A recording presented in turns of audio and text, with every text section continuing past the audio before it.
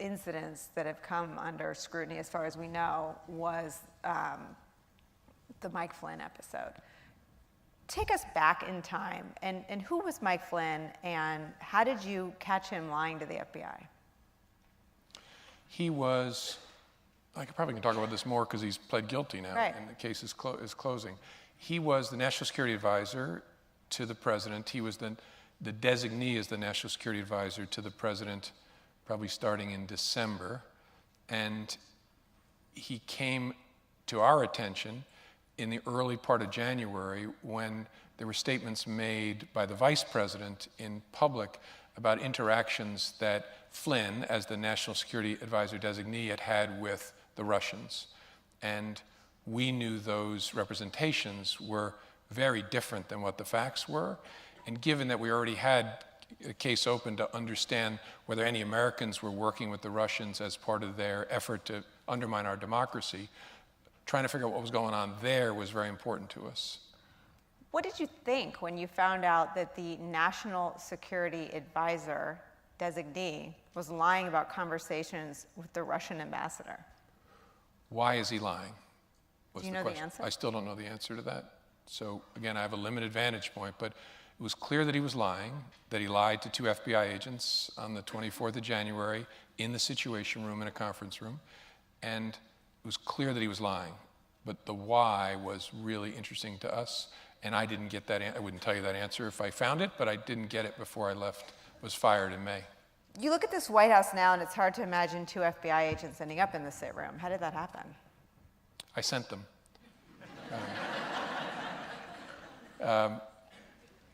Something I probably wouldn't have done or maybe gotten away with in a more organized investigation, a more organized administration, in the George W. Bush administration, for example, or the Obama administration. The protocol, 2 men that all of us have perhaps increased appreciation for over the last 2 years.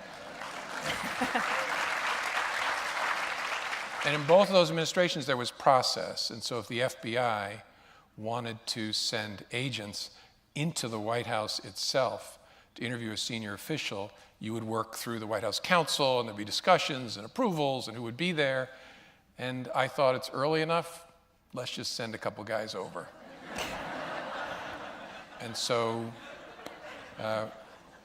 we placed a call to Flynn, said, hey, we're sending a couple guys over.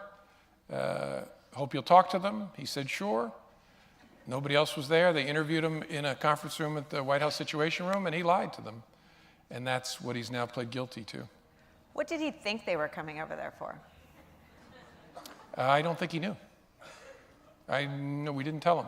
Just said, we've got sending over a couple of agents. I want to ask you some questions. I didn't have this conversation. My deputy director did. But hope you got a few minutes you can sit down and talk to them. And he said, sure. Okay, I have a 6-year-old, and so this is a question I hear all the time that I'm going to ask you. What happened next? That's also what federal prosecutors do in court, so that you're ready. What happened next was that he lied, and then the investigation continued to try and understand the whys behind that. Locking down the lies, but also trying to understand what was behind that. And so it was an active investigation when on Valentine's Day I was in the Oval Office for the first counterterrorism briefing of the new president, where I had a prominent role because I was to tell him what the threat is inside the United States. And I had some pretty hair-raising stuff to tell him, and he seemed distracted. And then, I don't think he asked questions, and then at the end, kicked everybody else out saying he wanted to speak to me alone. And what did he say? He said he wanted to talk about Mike Flynn. And then in substance, in that conversation, he asked me, which I took as a direction, to let it go. That he's a good guy, I hope you'll let it go. And I didn't let it go. I was really stunned. I knew something important was going to happen, because you got to remember, I'm sitting in a horseshoe on the other side of the Resolute desk from the president, and in that horseshoe is the vice president, the woman who's now the director of the CIA, Gina Haspel, and also in that horseshoe is the Attorney General of the United States, who's my boss, then Jeff Sessions, and the president kicked them all out. Sessions actually tried to linger by my chair, and the president shooed him from the office. Jared Kushner tried to linger by my chair, he shooed him as well. And so I knew whatever we were going to talk about was going to be really important. And so people have asked me, why didn't you say more, that kind of thing. One of the reasons is I was so focused on trying to remember every word, because I knew whatever we were going to talk about was something I would need to remember. And so I was looking at his mouth, literally trying to remember every word. And so he asked me to drop the investigation. I just replied by saying, agreeing that Flynn's a good guy, which had been my experience, very friendly, a nice person in my interactions. And then shortly thereafter it ended. And I left and went very quickly and wrote a memo writing down everything that I had remembered. And then I emailed my staff, who had prepared me, a lot of work to prepare me to give the first counterterrorism briefing to a new president. And I said, the briefing went fine, but now I have to write another memo. And they knew what I meant, that something had happened.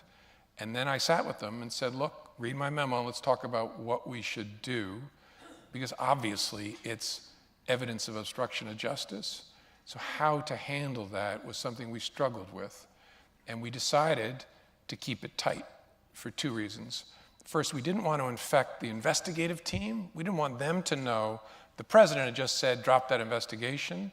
We were not going to abide the direction, and we didn't want to affect the investigators. So we said, we'll keep it among this small group of 5 or 6.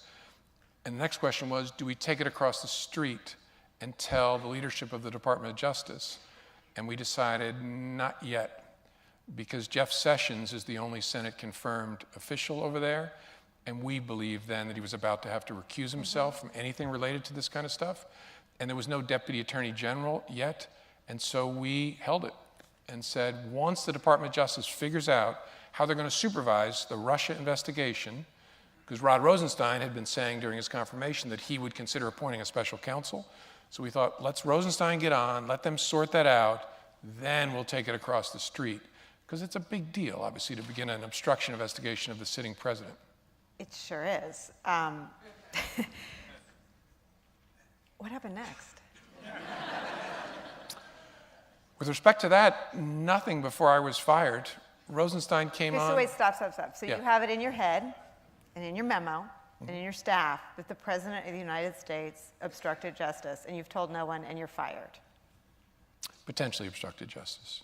Because, again, the obstruction statute requires a specific corrupt intent. And so we had evidence of obstruction that we needed to investigate further. One of our problems, too, was, so what would the investigation look like? You're alone.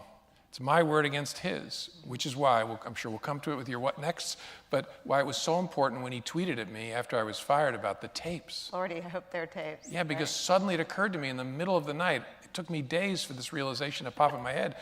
I almost never wake up during the night. I woke up at 2 a.m. and thought, oh my God, if there are tapes, that solves the problem of the investigation. Because it's not my word against his. Right. I wrote a memo, that's all great. But if there's a tape, I know what will be on that tape. And so that's when I said, I got to get that out publicly to force the Department of Justice to go get the tapes, to appoint a special counsel to go get the tapes. So you made the mistake of believing Donald Trump was telling the truth. You know, I didn't know, but I thought, there really could be tapes. I mean, I think, You think? Well, I'd heard that about. You think he would tape himself? But I'd heard that, I forget where I'd heard that, but I had heard that about him. Yeah, Cohen has a bunch of recordings. And so I thought, well, I'm not going to name any names, but other presidents had taped.